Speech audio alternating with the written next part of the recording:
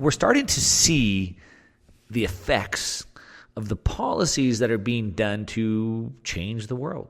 Like literally, seeing the rise of American exceptionalism and the rise of the sparkling cities that showed the wealth and creativity of the United States to the rest of the world, we're now seeing the exact opposite. And now the cities that were as I said, shining examples to the rest of the world of American exceptionalism have now turned into be examples of policies gone bad. Now, the thing that just drives me crazy is that typically what you do is you look back at previous history and see what worked and what didn't work, and then you're supposed to do more of what worked and do less of what didn't work.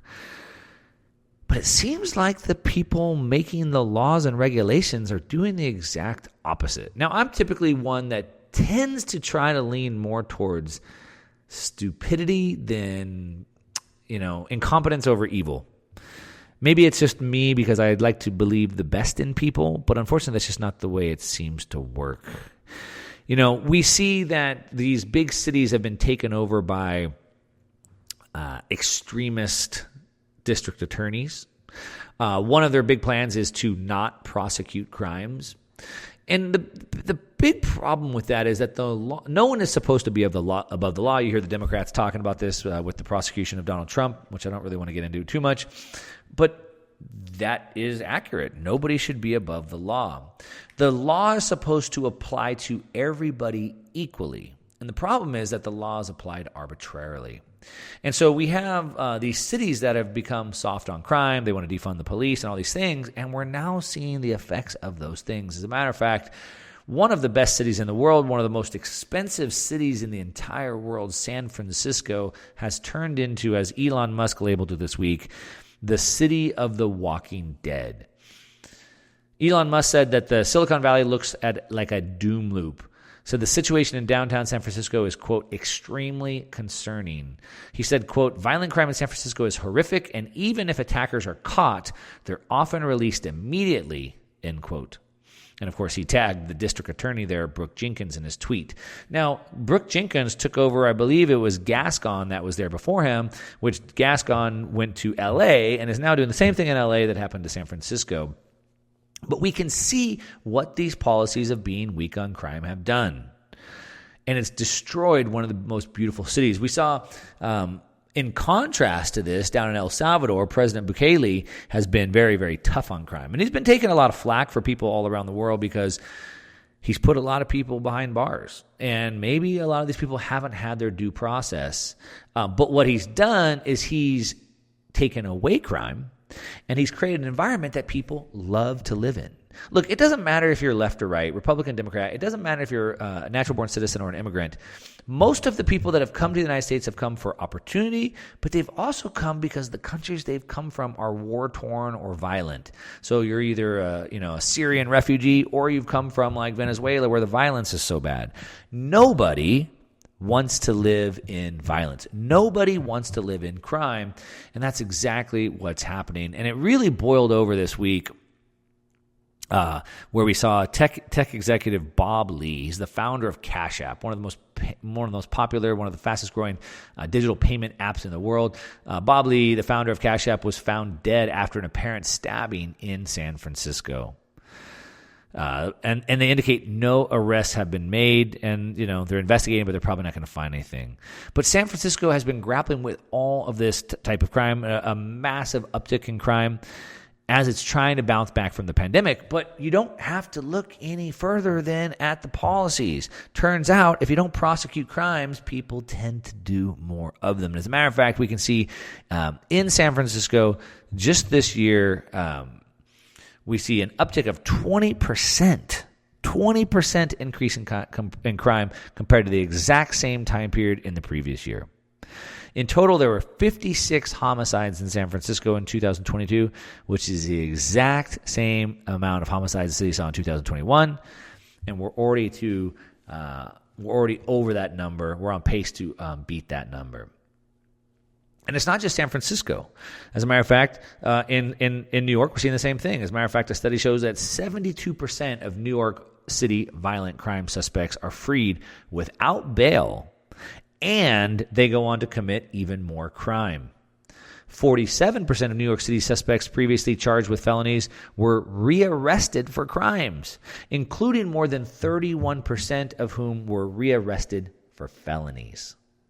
So again, turns out if you don't punish crime, people tend to do more of it. More than 17% of people rearrested for violent crimes and almost 4% rearrested for firearm charges.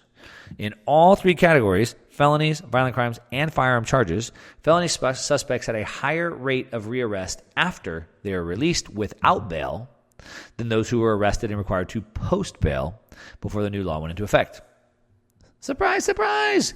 Turns out when you actually punish it, you get less of it.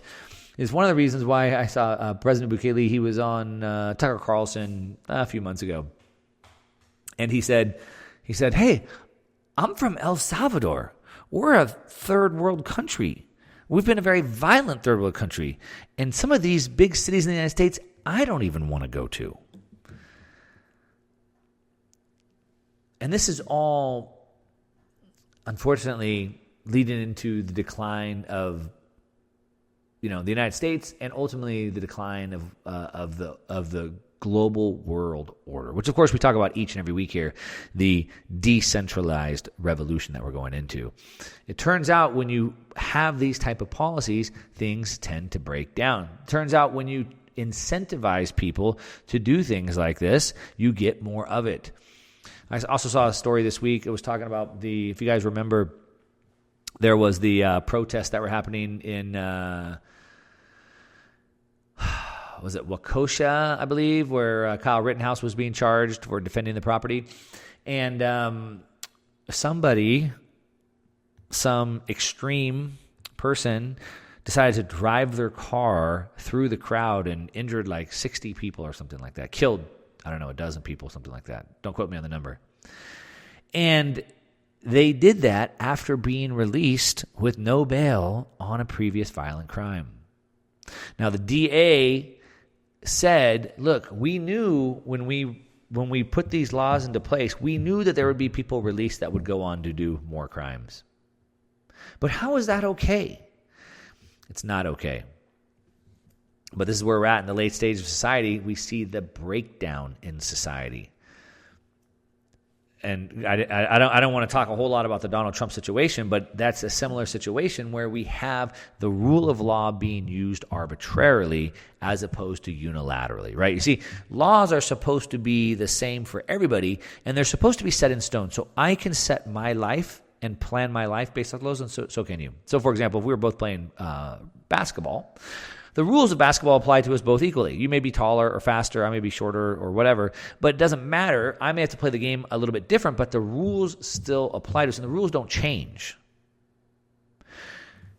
And I believe that's one of the reasons why we look at basketball, people love sports, and even when you're like LeBron James and the best basketball player and you're paid the most, nobody hates him for that because everybody sees the rules are fair.